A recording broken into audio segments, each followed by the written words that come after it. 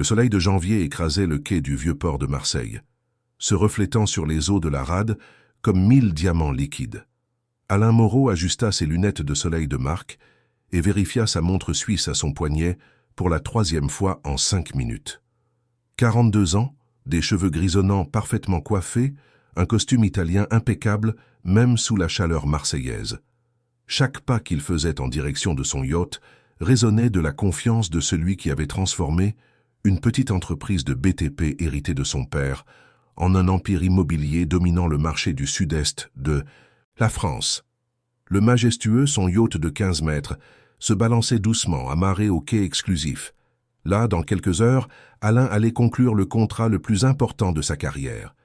Une fusion avec l'entreprise de ses associés, Marc Bernard et Paul Fournier, qui multiplierait son patrimoine et consoliderait son nom comme l'un des entrepreneurs les plus puissants du pays. 20 ans de partenariat culmineraient en ce moment glorieux. Il sourit, imaginant les gros titres de la presse économique le lendemain. Alain remarquait à peine l'agitation autour de lui. Des touristes photographiaient Notre-Dame de la Garde en arrière-plan, des vendeurs ambulants proposaient de l'eau fraîche, des marins préparaient des embarcations. Pour lui, tout cela n'était qu'un décor, un bruit de fond sur la trajectoire de sa réussite. Son esprit était déjà à la réunion, aux chiffres, aux clauses contractuelles qu'il avait mémorisées la veille. C'est alors qu'il sentit qu'on tirait sur la manche de son veston. Alain se retourna brusquement, prêt à réprimander quiconque avait osé le toucher. Ses yeux rencontrèrent une fillette d'environ 8 ans, trop maigre pour son âge, avec des cheveux châtains ébouriffés attachés en une queue de cheval de travers. Ses vêtements étaient un assemblage de pièces et de morceaux, littéralement. Un t-shirt rose délavé avec des patchs mal cousus et un short en jean clairement hérité de quelqu'un de plus grand.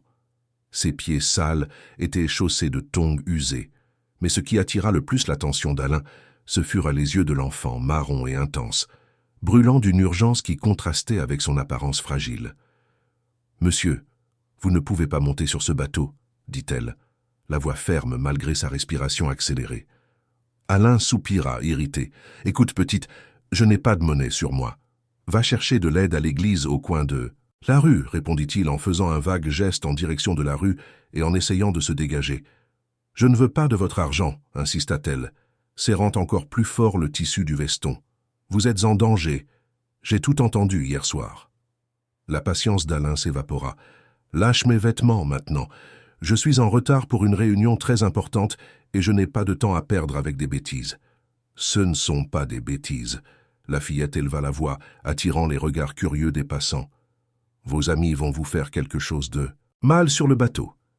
Je les ai entendus parler hier quand j'essayais de dormir là-bas, dit-elle en montrant un coin sombre entre 2 conteneurs, près d'un entrepôt abandonné. Alain ressentit une pointe de gêne en réalisant que plusieurs personnes s'étaient arrêtées pour observer la scène. La dernière chose dont il avait besoin était un scandale impliquant une enfant des rues le jour le plus important de sa vie professionnelle. Il s'agenouilla, se mettant à la hauteur de la fillette et baissa la voix. « Écoute-moi, comment t'appelles-tu ?»« Isabelle. Mais tout le monde m'appelle Isa. »« Isa, je comprends que tu aies besoin d'aide, mais inventer des histoires n'est pas la bonne manière. Mes associés sont des amis de 20 ans, des gens respectables, de bonne famille.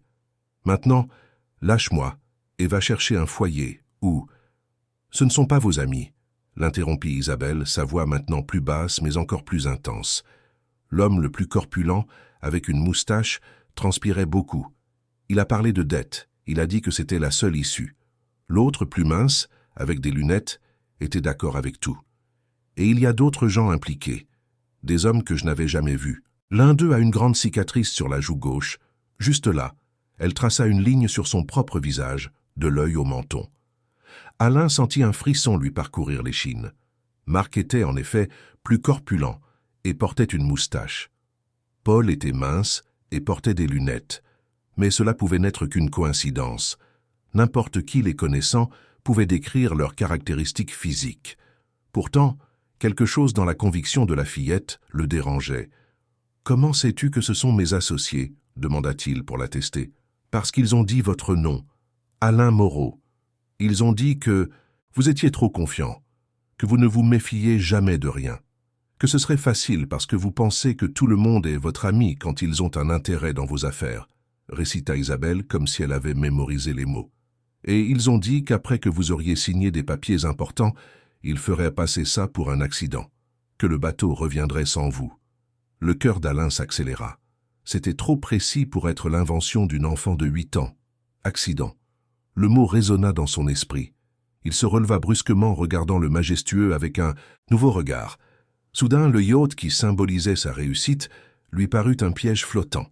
« Pourquoi me racontes-tu ça » demanda-t-il, encore sceptique mais maintenant véritablement curieux.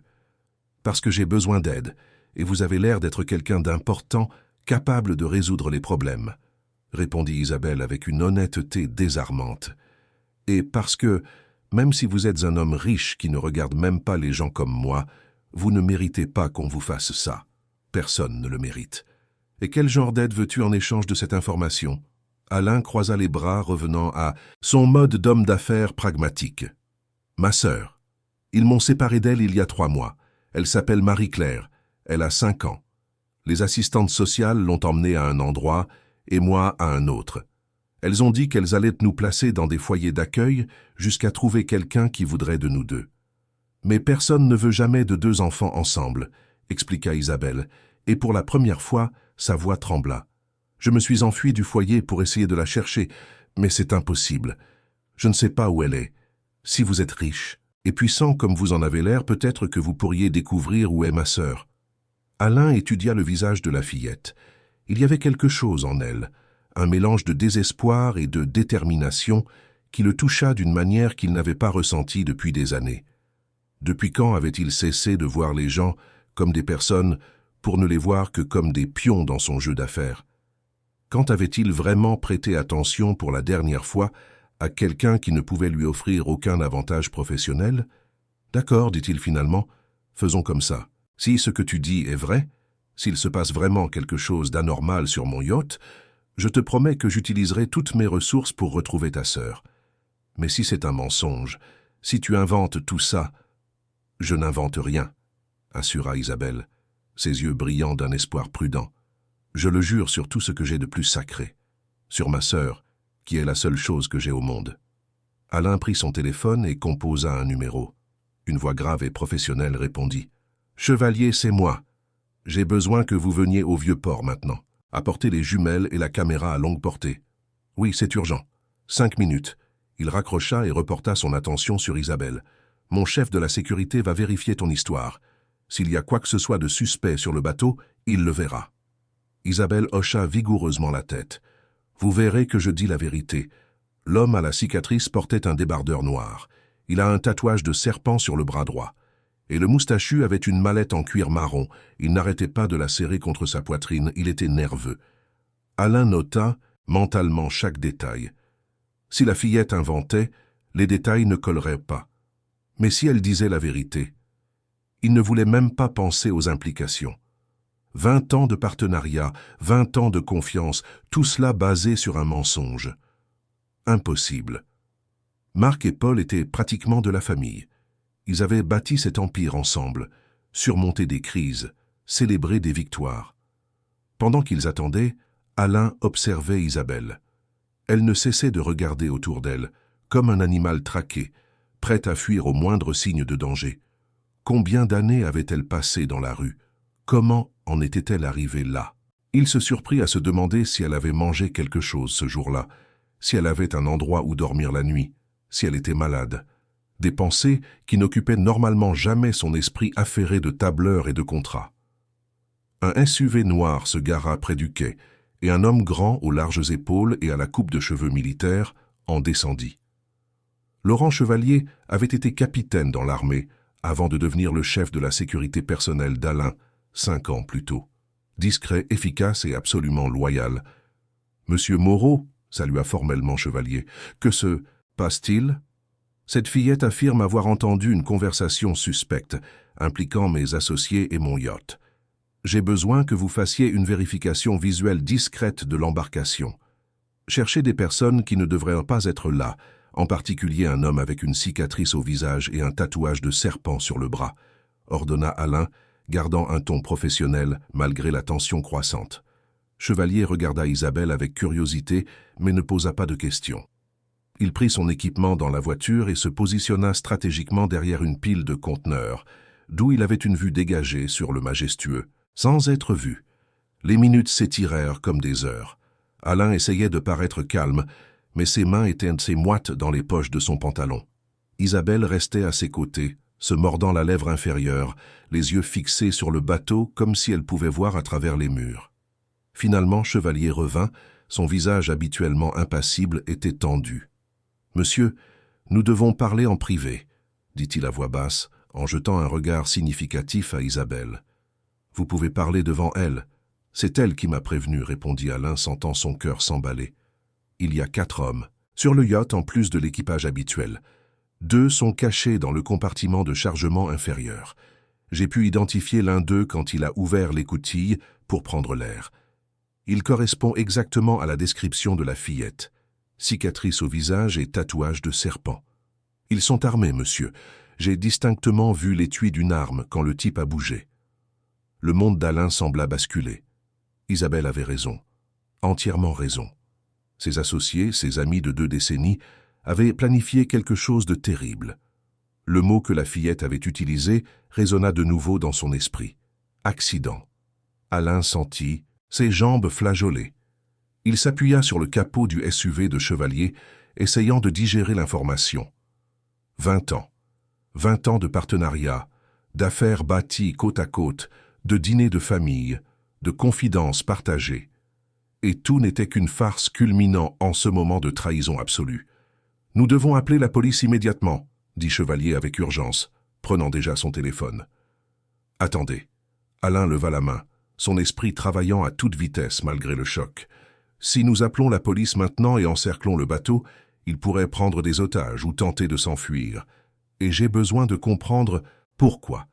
J'ai besoin d'entendre de la bouche de Marc et Paul la raison de tout ça. Monsieur, avec tout le respect que je vous dois, votre sécurité est plus importante que n'importe quelle explication, » argumenta Chevalier. « Je sais, mais réfléchissez avec moi. Ils s'attendent à ce que j'embarque sans méfiance, n'est-ce pas? Si je ne me présente tout simplement pas, ils se douteront de quelque chose et pourraient disparaître avant que nous ayons des preuves concrètes de leurs intentions. Nous devons être absolument certains avant de détruire la réputation de 2 hommes d'affaires respectés. » Isabelle, qui était restée silencieuse à observer la conversation entre les 2 hommes, prit enfin la parole. « Vous voulez monter sur ce bateau? Après tout ce que je vous ai raconté ?» Elle semblait véritablement inquiète. Alain regarda la fillette, cet enfant qui venait de lui sauver la vie avec un simple avertissement. Un étrange sentiment de responsabilité l'envahit. « Je ne peux pas les laisser s'en tirer, Isa, mais je te promets d'être prudent. Chevalier, appelez des renforts discrets. Je veux notre équipe de sécurité positionnée tout autour du port. Et appelez la police, mais demandez-leur de rester en attente, à une distance de sécurité. Quand je donnerai le signal, vous intervenez. » « Et quel sera le signal ?» demanda Chevalier, clairement mal à l'aise avec ce plan. « Je vais laisser mon téléphone en appel ouvert dans ma poche.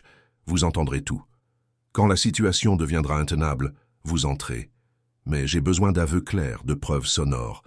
J'ai besoin de comprendre ce qui a mal tourné. » Chevalier hésita, mais il connaissait assez Alain pour savoir qu'une fois sa décision prise, il n'y avait aucun moyen de l'en dissuader. « Très bien, mais au moindre signe de danger réel, nous intervenons avec ou sans votre consentement, monsieur. » « Entendu, » acquiesça Alain. « Maintenant, Isa, tu viens avec moi. Tu vas attendre ici, dans la voiture, aux vitres teintées. Si quelque chose tourne mal, Chevalier t'emmènera dans un endroit sûr, et quand tout ça sera terminé, nous trouverons ta sœur. C'est une promesse. » Les yeux d'Isabelle s'emplirent de larmes qu'elle essuya rapidement du dos de sa main sale. « Vous allez vraiment m'aider ?»« Oui. Tu m'as sauvé la vie aujourd'hui, Isa. Cela crée un lien que j'ai l'intention d'honorer, » répondit Alain, surpris par la sincérité de ses propres mots. Lui, qui ne s'était jamais profondément soucié de personne d'autre que lui-même, ressentait une connexion authentique avec cette fillette courageuse. 20 minutes plus tard, toute l'opération montée et l'équipe en position, Alain se dirigea vers le majestueux. Son cœur battait la chamade, mais il gardait l'expression tranquille et confiante qu'il avait perfectionnée au fil de décennies dans les affaires. Dans sa poche, le téléphone enregistrait et transmettait chaque son à l'équipe de sécurité et à la police en attente. En s'approchant du yacht, Alain vit Marc Bernard sur le pont avant, lui faisant de grands signes. L'homme corpulent, effectivement doté d'une moustache bien taillée, souriait largement. Il portait un polo blanc et un bermuda beige, l'image parfaite d'un homme d'affaires en journée de détente. Mais Alain remarquait maintenant ce qu'il n'avait pas perçu auparavant. La transpiration excessive sur le front de Marc, la façon dont ses mains tremblèrent légèrement en tenant la mallette en cuir marron, exactement comme Isabelle l'avait décrit. « Alain, enfin !» Paul est déjà dans la salle de réunion en train d'organiser les contrats. « Viens, viens, aujourd'hui est le jour où nous allons marquer l'histoire !» s'exclama Marc, tendant la main pour aider Alain à embarquer. « Un jour historique, en effet », répondit Alain, acceptant la main et montant à bord. Le yacht tangua doucement sous ses pieds et il dut se tenir à la rampe pour garder l'équilibre. Ou peut-être étaient-ce ses jambes qui tremblaient. L'embarcation était luxueuse, comme on pouvait s'y attendre d'un yacht de cette envergure. Pont en bois verni, finition en acier inoxydable rutilant, sellerie en cuir blanc impeccable. Alain avait investi une fortune dans ce bateau, le transformant en un bureau flottant pour des réunions importantes, et occasionnellement en un refuge pour échapper au stress de la ville. Maintenant, chaque recoin familier semblait menaçant. Paul Fournier apparut de la cabine principale, mince et grand, ses lunettes à monture fine reflétant la lumière du soleil. Il souriait, mais le sourire n'atteignait pas ses yeux. « Alain, mon ami, prêt pour le grand moment ?»« Plus que prêt. » Alain força l'enthousiasme dans sa voix. « 20 ans de travail pour ce jour, n'est-ce pas ?»« Exactement, » acquiesça Paul, mais il y avait quelque chose de faux dans son ton. Quelque chose qu'Alain, maintenant alerte, percevait clairement. 20 ans de partenariat culminant en ce moment parfait. Trop parfait, peut-être, pensa Alain, mais il garda son sourire. Les trois hommes se dirigèrent vers la salle de réunion du yacht, un espace élégant avec une table en acajou et des chaises en cuir. Sur la table, des piles de documents parfaitement organisés, des stylos en or, des coupes en cristal et une bouteille de champagne français dans un seau à glace. « J'ai pensé qu'on pourrait trinquer avant de signer », dit Marc en prenant la bouteille. « Après tout, ce n'est pas tous les jours qu'on triple notre patrimoine, n'est-ce pas ?» Alain s'assit en bout de table, la position qu'il occupait normalement dans n'importe quelle réunion. Il commença à feuilleter les contrats, feignant d'analyser les clauses qu'il avait déjà mémorisées. En réalité, ses sens étaient aux aguets pour tout mouvement suspect, toute présence cachée. « Vous avez l'air impatient », commenta-t-il nonchalamment. « Tout va bien ?»« Impatient ? Qui, moi ?» Marc rit, mais le son sortit forcé. « C'est juste l'émotion du moment, Alain. Tu sais ce que c'est, l'affaire d'une vie. » Alain hocha la tête, tournant une autre page du contrat. « Et l'équipage? Où est le capitaine Dubois? J'aime toujours le saluer. » « On a donné congé à l'équipe habituelle aujourd'hui, » répondit Paul un peu trop vite. « On voulait de l'intimité pour ce moment spécial. On a engagé un équipage temporaire juste pour la navigation, au cas où on voudrait célébrer en haute mer après la signature. Équipage temporaire. » Les mots confirmèrent ce qu'Alain savait déjà. Les hommes armés qu'Isabelle avait entendus, cachés dans les compartiments du yacht. Son estomac se noua, mais il garda une expression neutre. « Je comprends. » « Très bien pensé, » dit-il. « Et quand prévoyez-vous de lever l'ancre ?»« Juste après les signatures, » répondit Marc, remplissant les coupes de champagne avec des mains tremblantes. « J'ai pensé qu'on pourrait aller jusqu'aux îles du Frioul, passer l'après-midi à célébrer. Qu'en penses-tu ? Les îles du Frioul, loin de la côte, loin des témoins. » Le plan devenait clair. Alain sentit la bile lui monter à la gorge, mais il se força à garder son sang-froid. « Excellente idée. Mais avant de signer, j'aimerais éclaircir quelques points. Vous ne pensez pas que nous devrions avoir nos avocats présents ?» Alain, Paul posa la main sur son épaule d'une manière qui se voulait amicale mais qui semblait menaçante. « Nous sommes amis depuis 2 décennies. As-tu vraiment besoin d'avocats? Entre nous? C'est de la méfiance? » « Ce n'est pas de la méfiance, c'est de la prudence. Nous parlons de dizaines de millions d'euros, » répondit Alain, observant les réactions des deux hommes. Marc et Paul échangèrent un regard rapide, presque imperceptible, mais Alain le capta. C'était un regard d'inquiétude, de plan qui pourrait être en train de s'effondrer. Marc essuya la sueur de son front avec un mouchoir. Bien sûr, mais les avocats ont déjà tout relu. Tout est parfait. On peut signer maintenant et faire les enregistrements officiels plus tard. C'est juste une formalité. Une formalité qui implique un transfert de contrôle actionnarial, insista Alain, décidé à forcer une réaction. Vous comprendrez ma prudence. C'est alors qu'il entendit le bruit. Un son métallique provenant du couloir menant aux compartiments inférieurs. Quelqu'un avait bougé maladroitement. Les 3 hommes dans la pièce se tendirent. Marc pâlit, Paul déglutit. « Qu'est-ce que c'était » demanda Alain, feignant la surprise. « Ça doit être le nouvel équipage » dit Paul rapidement. « Ils se familiarisent encore avec le bateau. » Alain se leva lentement. « Je crois que je vais aller les saluer. J'aime toujours savoir qui est aux commandes. De mon navire. »« Non !» cria presque Marc, se levant aussi brusquement. « Je veux dire, ce n'est pas la peine. Ils sont occupés à préparer le bateau. Concentrons-nous sur ce qui est important, les contrats. » C'est à ce moment qu'Alain réalisa. Marc avait discrètement fermé la porte de la salle de réunion. Ils étaient enfermés là. Le piège se refermait. Alain se rassit, mais maintenant avec les muscles tendus, prêt à réagir à tout mouvement soudain. L'ambiance dans la salle de réunion avait complètement changé. La farce de la cordialité se dissipait comme la brume au soleil. Marc restait debout, la mallette en cuir serrée contre sa poitrine, exactement comme Isabelle l'avait décrit. Paul s'était positionné entre Alain et la porte, de manière apparemment décontractée, mais l'intention était claire. « Vous allez me dire ce qui se passe, ou on va continuer à faire semblant d'être amis ?» Alain rompit finalement le silence, sa voix calme mais chargée d'une déception et d'une colère contenue. Marc et Paul se regardèrent de nouveau. Cette fois, le regard était celui de la reddition, de ceux qui savent que la partie est finie. Marc fut le premier à parler, sa voix sortant, fatigué, vaincu. « Comment as-tu découvert ?»« Disons qu'un petit oiseau me l'a dit, » répondit Alain, gardant volontairement l'information vague. « L'important, c'est que je sais. 20 ans, Marc. 20 ans de partenariat. Et vous avez planifié ça ?»« Tu ne comprends pas, » intervint Paul en levant ses lunettes et se frottant les yeux comme s'il pouvait effacer la réalité. « Nous sommes désespérés, Alain. Complètement désespérés. »« Désespérés ?» répéta Alain, incrédule. « Vous êtes multimillionnaire. Qu'est-ce qui peut vous rendre si désespéré au point de planifier quelque chose de terrible avec toi ?» compléta Marc, s'effondrant sur une chaise. « Des dettes, Alain. Des dettes énormes dont tu n'imagines même pas l'existence. » Le moteur du yacht se mit à vrombir. Quelqu'un avait démarré l'embarcation.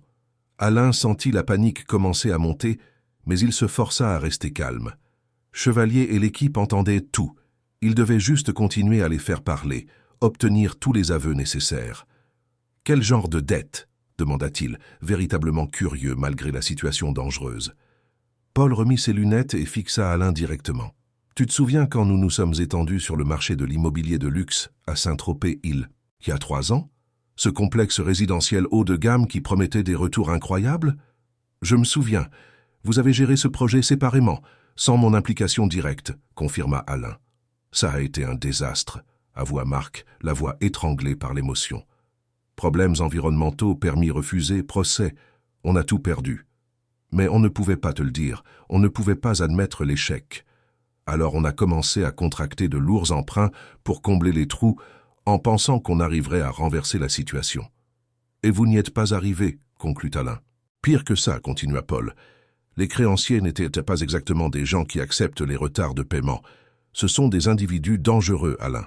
Le genre de personnes qui n'envoient pas des agents de recouvrement polis avec des lettres de rappel. Ils ont envoyé des menaces concrètes contre nos familles, nos enfants. Alain ressentit une pointe de quelque chose qui ressemblait à de la compassion, mais il l'étouffa rapidement.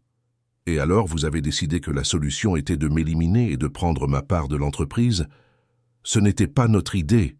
cria presque Marc, des larmes coulant sur son visage. C'était la leur, celle des créanciers.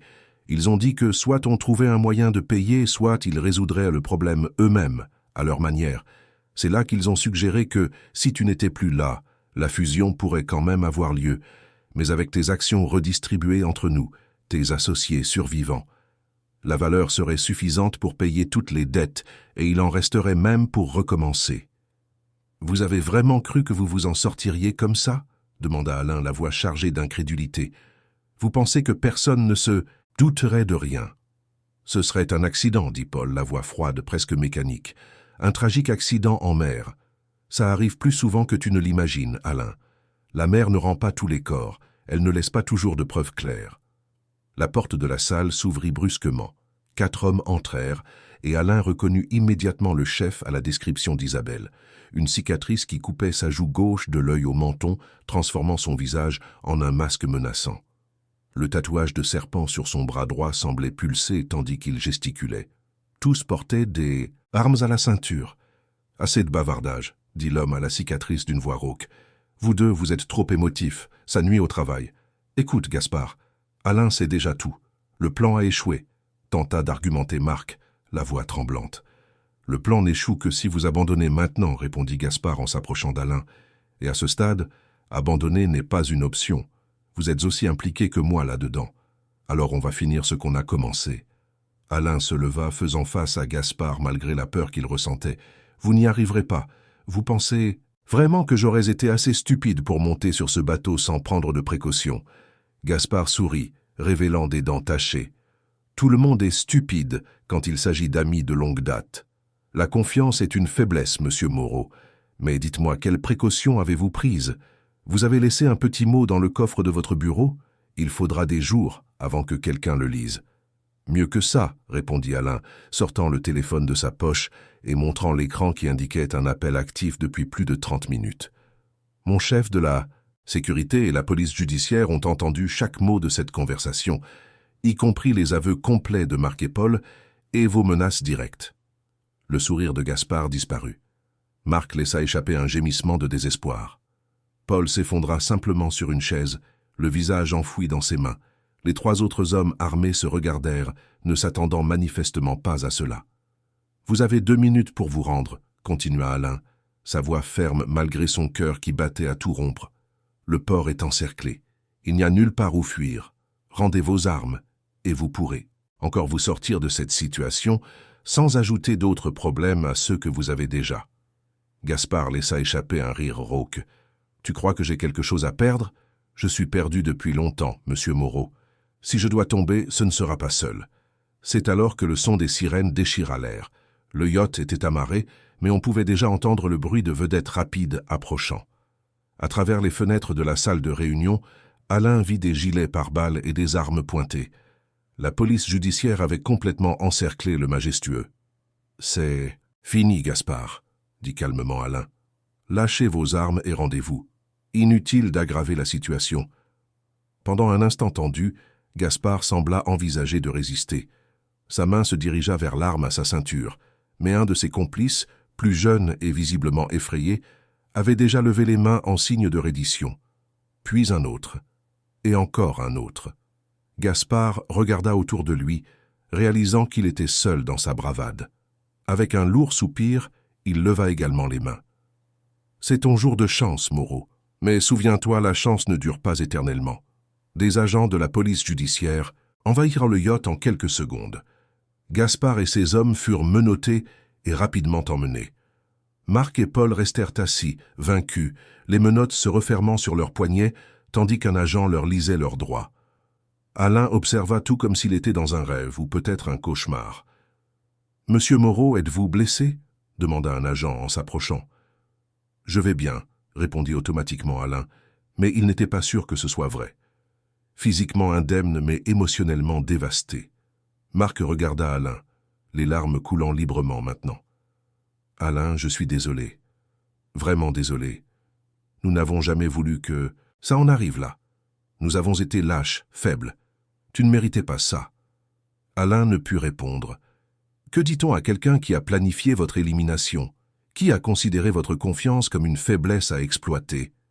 Il tourna simplement le dos, tandis que Marc et Paul étaient conduits hors du yacht, leurs supplications pour le pardon résonnant dans le couloir. Chevalier monta à bord, inspectant Alain de la tête aux pieds. « Monsieur, vous avez eu beaucoup de chance aujourd'hui. » « Ce n'était pas de la chance, » répondit Alain en pensant à Isabelle. « C'était une fillette de 8 ans qui a eu le courage de prévenir un étranger d'un danger qu'elle avait entendu par hasard. » « La fillette » se souvint soudain Alain. « Où est Isa ?» Dans la voiture, en sécurité. Je peux l'amener si vous voulez. S'il vous plaît.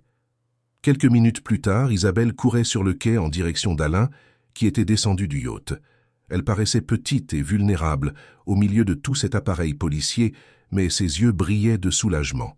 « Vous allez bien ? J'ai tout vu de loin, j'ai cru qu'il allait vous arriver quelque chose de mal. » Alain s'agenouilla de nouveau à sa hauteur, cette fois non par condescendance, mais par respect. « Je vais bien, Isa, grâce à toi. Tu m'as sauvé la vie aujourd'hui.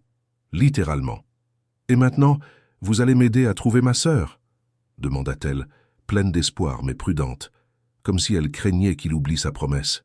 « Maintenant, je vais faire bien plus que ça, » dit Alain, se surprenant lui-même par la conviction dans sa voix. « Je vais tenir ma promesse de retrouver ta sœur, oui. Mais je vais aussi m'assurer que vous deux n'ayez plus jamais à vous soucier de savoir où vous allez dormir, ce que vous allez manger, ou si quelqu'un va vous séparer à nouveau. » Ce soir-là, Alain emmena Isabelle dîner dans le meilleur restaurant du quartier du Roucablanc. La fillette, toujours avec ses vêtements rapiécés, s'assit inconfortablement sur la chaise élégante, regardant autour d'elle avec un mélange de fascination et de peur. Les serveurs la regardaient discrètement, mais Alain les ignora.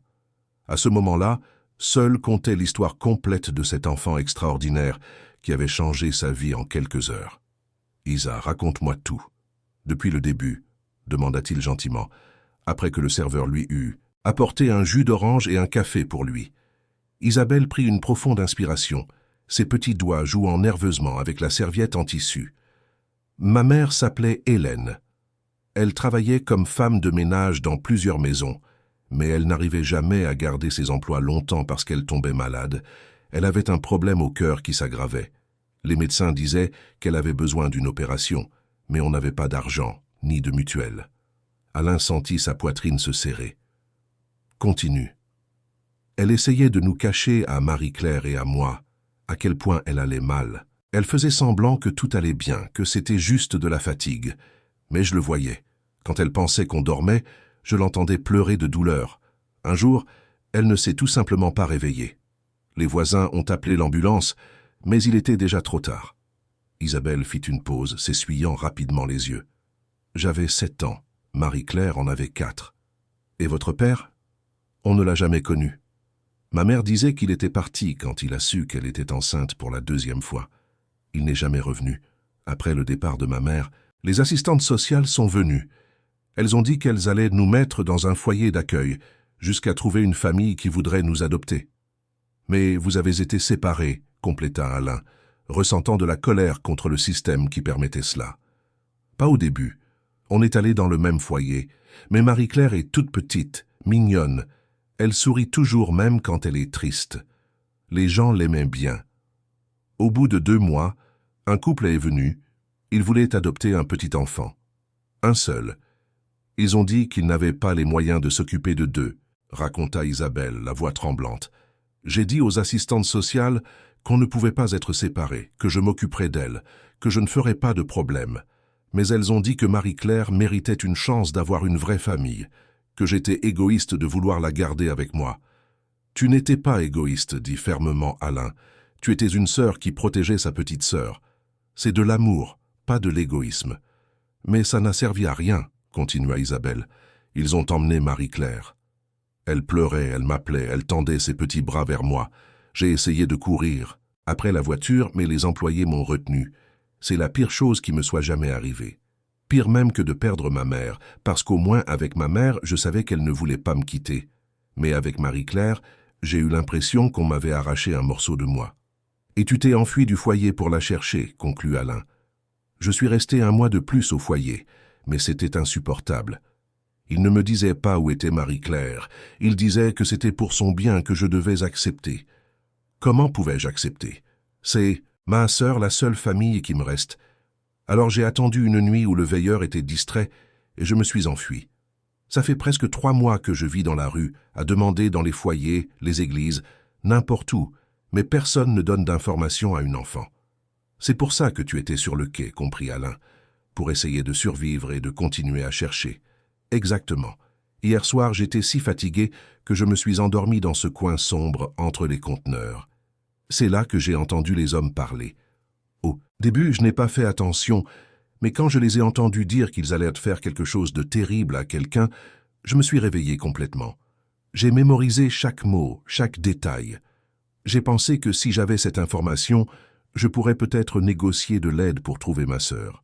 Je n'aurais jamais imaginé que l'homme qu'il prévoyait de blesser passerait juste devant moi ce matin. Le dîner arriva, et Isabelle mangea avec la délicatesse de quelqu'un qui ne veut pas paraître désespéré, mais il était évident qu'elle était affamée. Alain l'observa, réalisant pour la première fois de sa vie, d'adulte à quel point il avait été privilégié.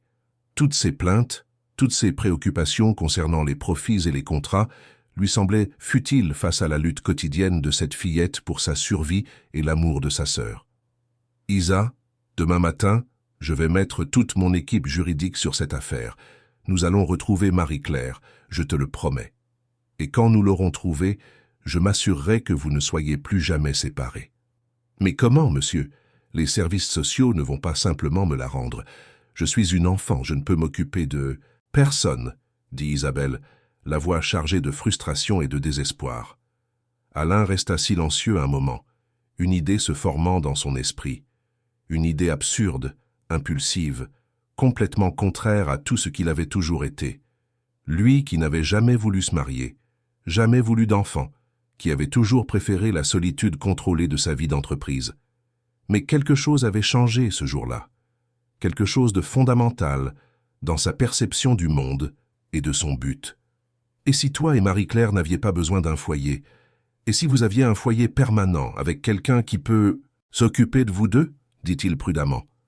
Isabelle le regarda, confuse. « Vous connaissez quelqu'un qui veut adopter 2 enfants? »« Je pense à moi, » répondit Alain, se surprenant de ses propres mots. Isabelle faillit renverser son verre de jus. « Comment ça, vous? Mais vous n'avez pas de famille, pas de femme, pas d'enfants. Les services sociaux n'envisageraient même pas... Je suis un homme d'affaires prospère. J'ai des ressources illimitées, une immense villa qui est complètement vide. Et je viens de vivre une expérience qui m'a montré à quel point ma vie était vide de sens avant que tu n'apparaisses, » expliqua Alain, sa conviction grandissant à chaque mot. « Je peux engager des nounous, des professeurs particuliers, des thérapeutes, tout ce qui sera nécessaire. Et plus important encore, je peux garantir que vous deux ne serez plus jamais séparés. »« Mais pourquoi ?» demanda Isabelle, des larmes coulant sur son visage. « Pourquoi feriez-vous ça pour nous? Vous ne me connaissez même pas, vous ne connaissez même pas ma sœur. » « Parce que tu m'as sauvé aujourd'hui, Isa. Pas seulement de la trahison de mes associés, mais d'une vie vide et sans but. J'avais tout, matériellement parlant, mais je n'avais rien qui comptait vraiment. Aucune connexion authentique, aucun amour véritable, aucune raison de me lever le matin à part gagner plus d'argent dont je n'avais même pas besoin. » Alain fit une pause, choisissant ses mots avec soin.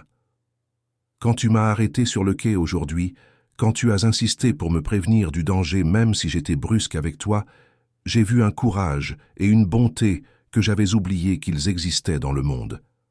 Et quand tu m'as parlé de ta sœur, de la façon dont tu es prête à vivre dans la rue juste pour continuer à la chercher, j'ai compris ce qu'est le véritable amour.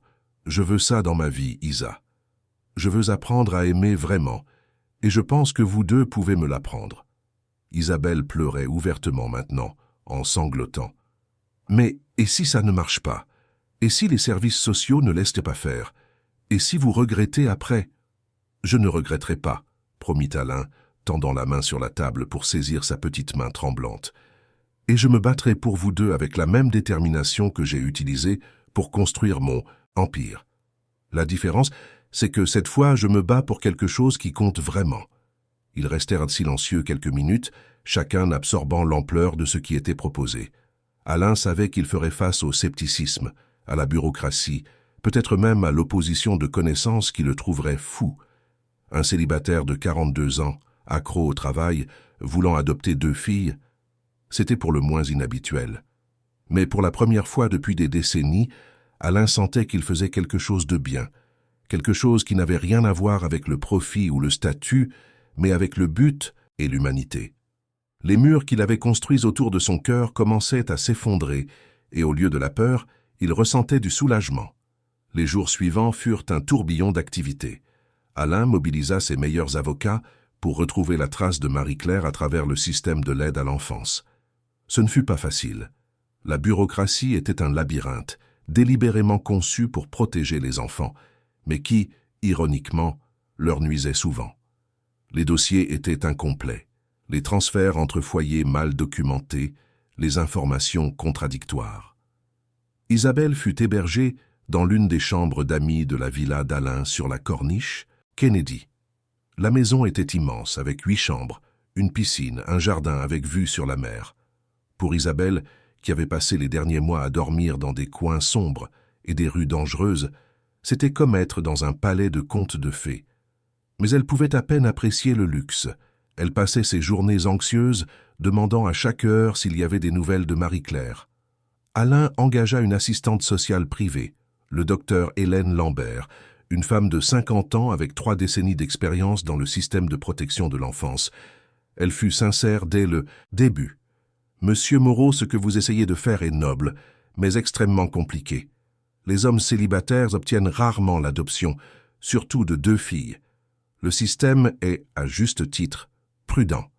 Et le fait que vous ayez construit toute cette relation avec Isabelle en quelques jours peut paraître impulsif aux évaluateurs. Je comprends les préoccupations, mais j'ai des ressources illimitées pour fournir le meilleur environnement possible à ces enfants. Je peux passer par n'importe quelle évaluation nécessaire, argumenta Alain.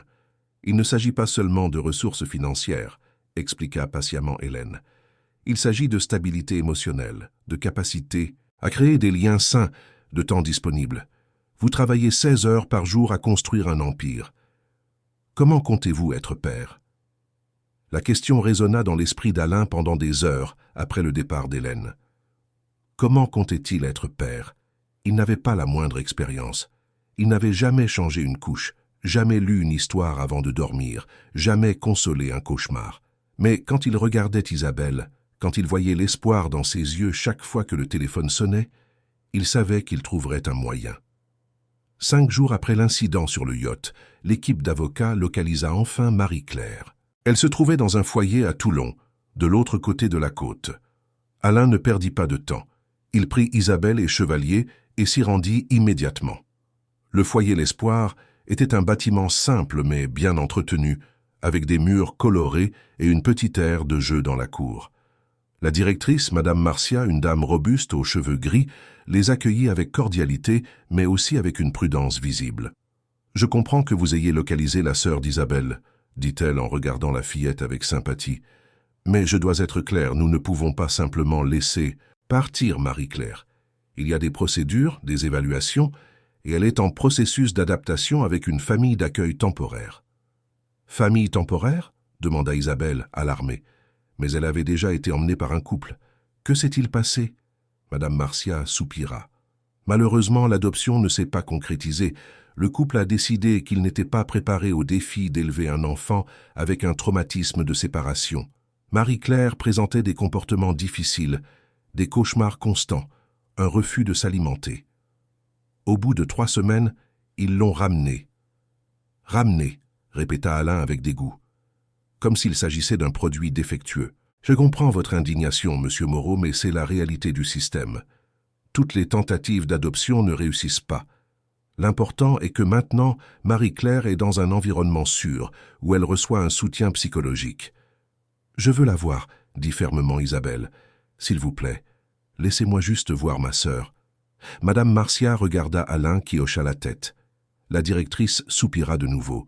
« D'accord, mais seulement pour quelques minutes, et je dois être présente. » Elles traversèrent le couloir du foyer jusqu'à une salle de jeu où plusieurs enfants jouaient sous la surveillance d'éducateurs. Dans un coin, assise, seule sur une petite chaise, se trouvait une fillette de 5 ans.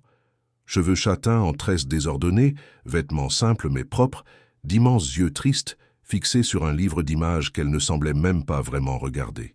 « Marie-Claire » murmura Isabelle, sa voix chargée d'émotion. La fillette leva lentement les yeux, comme si elle ne croyait pas ce qu'elle entendait. Quand elle vit Isabelle, le livre tomba de ses mains. Pendant une seconde, elle parut figée, comme si elle avait peur que ce ne soit qu'un rêve. Puis, avec un cri de joie qui fit s'arrêter tout le monde dans le foyer, Marie-Claire courut vers sa sœur. « Isa, Isa, je savais que tu viendrais me chercher, je le savais !» criait-elle en courant, les petits bras tendus. Les deux se retrouvèrent au milieu de la pièce, s'étreignant avec une telle force qu'elles semblèrent vouloir fusionner en une seule personne. Toutes deux pleuraient, riaient, parlaient en même temps. Alain sentit un nœud dans sa gorge, une émotion qu'il ne se souvenait pas d'avoir ressentie auparavant. Même Chevalier, l'ancien militaire endurci, s'essuya discrètement les yeux. « Je t'ai cherché tous les jours, je n'ai pas abandonné, » disait Isabelle entre deux sanglots. « Je n'aurais jamais abandonné, petite sœur. »« Ils t'ont fait du mal, tu vas bien, tu manges ?» Marie-Claire inspectait sa sœur avec ses petites mains, touchant son visage, ses bras, comme si elle avait besoin de confirmer qu'elle était réelle. « Je vais bien maintenant, et je suis venue te chercher. Cette fois, c'est pour toujours, promit Isabelle. » Marie-Claire remarqua alors Alain, qui se tenait à quelques mètres de là. Ses grands yeux s'emplirent de peur. « C'est qui cet homme? Il est gentil? Il va t'emmener loin de moi encore ?»« Non, non, non, Isabelle s'agenouilla pour être à la hauteur de sa sœur. C'est Alain. C'est l'homme le plus gentil du monde. Il va nous aider à rester ensemble. Pour toujours, cette fois. » Marie-Claire étudia Alain avec méfiance. Il s'approcha lentement, s'accroupissant également. « Salut, Marie-Claire. Ta sœur m'a raconté beaucoup de choses sur toi. Elle a dit que tu aimes dessiner et que tu es très courageuse. » La fillette ne répondit pas, se cachant simplement derrière Isabelle. « Elle aura besoin de temps, » commenta Madame Marcia à voix basse à Alain. « Le retour a été très traumatisant. Elle a cessé de faire confiance aux adultes. » Alain hocha la tête, comprenant. Alors, parlant plus fort pour que Marie-Claire puisse l'entendre, il dit « Je sais que tu ne me connais pas et que tu as déjà vécu beaucoup de choses difficiles. Mais je veux te faire une promesse, à toi et à ta sœur. Je vais travailler très très dur pour que vous puissiez rester ensemble, dans un vrai foyer, où personne ne vous séparera plus jamais. Ça peut prendre du temps et ça peut être difficile, mais je n'abandonnerai pas. Tout comme ta sœur n'a jamais abandonné l'idée de te retrouver. » Marie-Claire jeta un coup d'œil par derrière Isabelle. « Pour toujours ?»« Pour toujours, » confirma Alain, tendant son petit doigt. Promesse du petit doigt? Après quelques secondes d'hésitation, Marie-Claire tendit son propre petit doigt minuscule et scella la promesse. L'image de ce geste simple se grava dans la mémoire d'Alain comme un moment décisif de sa vie. Les semaines suivantes furent des montagnes russes émotionnelles et bureaucratiques. Alain engagea d'autres psychologues, assistants sociaux, avocats spécialisés en droit de l'enfant et de l'adolescent. Il passa par d'innombrables évaluations, des entretiens exhaustifs, des vérifications d'antécédents. Sa vie fut disséquée par des assistants sociaux qui voulaient s'assurer qu'il était apte à être père. Curieusement, l'incident du yacht finit par jouer en sa faveur. Les médias avaient largement couvert l'histoire de l'homme d'affaires sauvé par une enfant des rues. Alain était devenu une sorte de héros improvisé, et sa décision d'aider Isabelle à retrouver sa sœur fut perçue comme un acte de noble gratitude. L'opinion publique était de son côté, ce qui mit la pression sur le système pour donner une chance à l'adoption. Mais tout n'était pas rose. Alain dut réorganiser complètement sa vie. Il réduisit sa charge de travail de moitié, déléguant des responsabilités qu'il n'avait jamais confiées à personne. Il transforma 2 chambres de la villa en espace parfait pour des filles avec l'aide d'Isabelle, qui choisit les couleurs, les meubles, les jouets. Marie-Claire était toujours au foyer, mais elle venait en visite régulièrement, de plus en plus à l'aise en présence d'Alain. 4 mois après leur première rencontre sur le quai, Alain reçut la nouvelle qu'il attendait avec impatience. La garde provisoire avait été approuvée. Les sœurs pouvaient enfin vivre sous le même toit à nouveau, sous sa garde, pendant que le processus d'adoption définitive suivait son cours.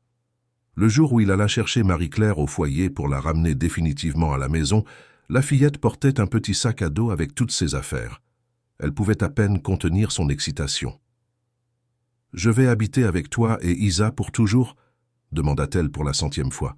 « Pour toujours et un jour de plus », répondit Alain, une phrase qui allait devenir un mantra dans sa nouvelle famille. L'adaptation ne fut ni parfaite ni instantanée. Marie-Claire se réveillait toutes les nuits en hurlant, terrorisée par des cauchemars où on l'emmenait à nouveau. Alain apprit à courir dans sa chambre, à allumer la lumière, à tenir ses petites mains jusqu'à ce qu'elle se calme et se rendorme. Isabelle, de son côté, avait du mal à croire que c'était permanent. Elle gardait de la nourriture sous son lit, cachait des vêtements dans son sac à dos, toujours prête à devoir s'enfuir à nouveau. Alain engagea la meilleure thérapeute pour enfants de la région, le docteur Béatrice Martin, qui travailla patiemment avec les filles, les aidant à surmonter leur traumatisme. Les séances étaient difficiles, mais nécessaires. Lentement, très lentement, les filles commencèrent à s'épanouir. 6 mois après, leur emménagement dans la villa, un moment qu'Alain garderait à jamais dans son cœur, se produisit. C'était un vendredi soir, et il était rentré plus tôt du travail pour dîner avec les filles. Marie-Claire, qui avait maintenant 6 ans, aidait à mettre la table, une tâche qu'elle prenait très au sérieux. Isabelle était dans la cuisine, parlant avec animation d'un projet scolaire. « Papa, tu peux me passer le sel ?» demanda naturellement Marie-Claire. Le silence qui suivit fut presque tangible. Marie-Claire se figea, réalisant ce qu'elle avait dit. Isabelle apparut de la cuisine, les yeux écarquillés. Alain sentit les larmes lui monter, mais il les retint. Il ne voulait pas effrayer les filles avec l'intensité de son émotion. « Bien sûr, ma fille », répondit-il d'une voix rauque, passant la salière avec des mains tremblantes. Marie-Claire le regarda, puis Isabelle, puis de nouveau lui. « Je peux t'appeler papa, même si les papiers de l'adoption ne sont pas encore prêts ?» Alain s'agenouilla à côté d'elle, tenant son petit visage entre ses mains. « Tu peux m'appeler comme tu veux, Marie-Claire, mais ce serait le plus grand honneur de ma vie d'être appelé papa par vous deux. » Isabelle s'approcha, toujours prudente. « Et si ça tourne mal? Et si le juge décide que tu ne peux pas nous garder? »« Ça ne tournera pas mal, » promit Alain, ouvrant les bras pour les serrer toutes les deux. « Mais même si c'était le cas, même si tout l'univers conspirait contre nous, je me battrais jusqu'à mon dernier souffle pour garder notre famille unie. Vous êtes ma famille maintenant, ma fille et ma fille, dit-il en désignant chacune d'elles. Et la famille, c'est pour toujours. » Cette nuit-là, ils dormirent tous les trois dans le salon recouvert d'une grande couette, à Saint-Tums, regarder des films jusqu'à tard. Ce fut la première nuit où Marie-Claire dormit sans faire de cauchemar. Ce fut la première nuit où Isabelle ne vérifia pas son sac de fuite avant de dormir. Et ce fut la première nuit où Alain sentit qu'il avait vraiment un foyer, pas seulement une maison. L'adoption définitive fut accordée 1 an et 2 mois après la rencontre sur le quai. Le juge, François Legrand, un homme de 60 ans avec des décennies d'expérience dans les affaires d'adoption, fit un discours émouvant lors de l'audience finale. Au cours de toutes mes années de travail en droit de la famille, j'ai rarement vu une transformation aussi profonde que celle dont j'ai été témoin dans cette affaire. Monsieur Moreau, vous n'avez pas seulement ouvert votre maison à ces filles, mais vous avez ouvert votre cœur d'une manière qui a fondamentalement changé qui vous êtes. Et vous, les filles? Il regarda Isabelle et Marie-Claire assises à côté d'Alain. Vous n'avez pas seulement trouvé un foyer, mais vous avez aussi enseigné à un homme qui avait oublié le vrai sens de la richesse. C'est donc avec une grande joie que j'accorde la demande d'adoption. Alain Moreau, vous êtes maintenant légalement et officiellement le père d'Isabelle Hélène Moreau et de Marie-Claire Moreau. Les larmes furent générales dans la salle d'audience. Même les avocats, normalement professionnels et mesurés, s'essuyaient discrètement les yeux. Alain serra ses filles, maintenant officiellement les siennes, et sentit que sa vie avait enfin un sens. Les années qui suivirent furent faites de croissance et de découverte pour tous. Isabelle se consacra avec ferveur à ses études, toujours la meilleure de sa classe. Elle avait un sens aigu de la justice et parlait souvent de vouloir aider d'autres enfants quand elle serait grande. Marie-Claire découvrit un talent extraordinaire pour l'art, passant des heures à dessiner et à peindre, ses œuvres reflétant le parcours de douleur et de guérison qu'elle avait vécu. Alain se transforma complètement. L'homme d'affaires froid et uniquement concentré sur les profits devint un père présent et aimant. Il assistait à toutes les représentations scolaires, aidait aux devoirs, organisait des fêtes d'anniversaire élaborées, apprit aux filles à faire du vélo sur la promenade de la Corniche. Son entreprise restait rentable, mais il avait appris à déléguer et à prioriser. Aucune réunion n'était plus importante que le dîner en famille. 5 ans après l'adoption, Isabelle, alors âgée de 13 ans, posa une question pendant le dîner qui prit Alain par surprise. « Papa, est-ce que tu regrettes d'avoir changé ta vie pour nous ?» Alain posa sa fourchette, regardant sa fille avec une surprise sincère. « Regretter ? Isa, pourquoi me demandes-tu ça ? C'est que parfois je pense à la vie que tu avais avant de me connaître. Tu étais libre, tu pouvais travailler autant que tu voulais, voyager quand tu voulais. Tu n'avais pas à te soucier des bulletins scolaires ou des disputes entre sœurs, ou des trucs d'enfants, expliqua Isabelle, en regardant son assiette. « Regarde-moi, demanda doucement Alain. Quand elle leva les yeux, il continua. « Avant de vous connaître toutes les deux, je n'avais pas de vie. J'avais une existence. Je me levais, je travaillais, je rentrais dans une maison vide, je dormais. Je répétais la même chose le lendemain. J'avais de l'argent, du succès, du respect professionnel, mais je n'avais pas d'amour. Je n'avais pas de but. Je n'avais aucune raison de sourire vraiment. Vous n'avez pas changé ma vie, Isa. Vous m'avez donné une vie. Et je serais éternellement reconnaissant si j'avais tout perdu matériellement, mais que je vous avais gagné, car vous valez plus que n'importe quel empire que j'aurais pu construire. » Marie-Claire, maintenant âgée de 10 ans, sauta de sa chaise et serra Alain dans ses bras. « Je t'aime, papa. »« Je vous aime plus que tout au monde, » répondit Alain, serrant ses 2 filles dans ses bras. L'expérience de la paternité inspira Alain d'autres manières également. Il commença à se demander combien d'autres enfants étaient perdus dans le système, séparés de leurs frères et sœurs, attendant des familles qui n'arriveraient jamais. 3 ans après l'adoption, il fonda l'ONG Frères et Sœurs Unis, dédiée spécifiquement à trouver des foyers pour les fratries, qui, comme Isabelle et Marie-Claire, étaient souvent délaissées parce que les familles ne voulaient adopter qu'un seul enfant. L'organisation grandit rapidement. Alain y investit des ressources importantes, mais y consacra également du temps personnel, donnant des conférences, partageant son histoire, sensibilisant à l'importance de ne pas séparer les fratries. Isabelle et Marie-Claire participaient également, lorsque cela était approprié pour leur âge, racontant leurs propres expériences pour inciter d'autres personnes à envisager l'adoption. En 10 ans, Frères et Sœurs Unis avaient aidé à réunir plus de 2000 fratries avec des familles adoptives. L'organisation s'étendit à d'autres régions, devenant une référence nationale en matière d'adoption de fratries. Alain reçut des prix, une reconnaissance internationale, mais rien de tout cela n'avait autant d'importance que de voir les photos de frères et sœurs réunis, les sourires sincères d'enfants qui avaient enfin un foyer. Isabelle obtint son diplôme de droit à 22 ans, parmi les meilleurs de sa promotion. Dans son discours de remise des diplômes, elle parla de son parcours personnel et de son engagement à travailler dans le droit de l'enfant et de l'adolescent, en particulier pour améliorer le système d'accueil afin que d'autres enfants ne vivent pas ce qu'elle avait vécu. Marie-Claire poursuivit ses études aux Beaux-Arts, se spécialisant en art-thérapie. Son objectif était d'utiliser l'art comme un outil de guérison pour les enfants traumatisés, les aidant à exprimer des émotions qu'ils ne pouvaient pas verbaliser. Ses premières expositions furent un succès, avec des œuvres puissantes qui racontaient des histoires de douleur, de perte, mais aussi d'espoir et de rédemption. 20 ans après l'incident sur le yacht, Alain, maintenant âgé de 62 ans et les cheveux complètement blancs, reçut le prix national des droits de l'homme. La cérémonie eut lieu à Paris, en présence d'autorités, de militants et de personnalités importantes. Mais pour Alain, les seules personnes qui comptaient étaient au premier rang. Ses filles, maintenant des femmes accomplies de 28 et 25 ans, respectivement. Toutes deux étaient visiblement enceintes, attendant leurs premiers enfants. Alain allait être grand-père. L'idée l'émouvait encore profondément. Lui, qui avait un jour pensé qu'il mourrait seul dans sa villa vide, était maintenant entouré de famille et d'amour. Dans son discours de remerciement, Alain parla d'une voix étranglée par l'émotion.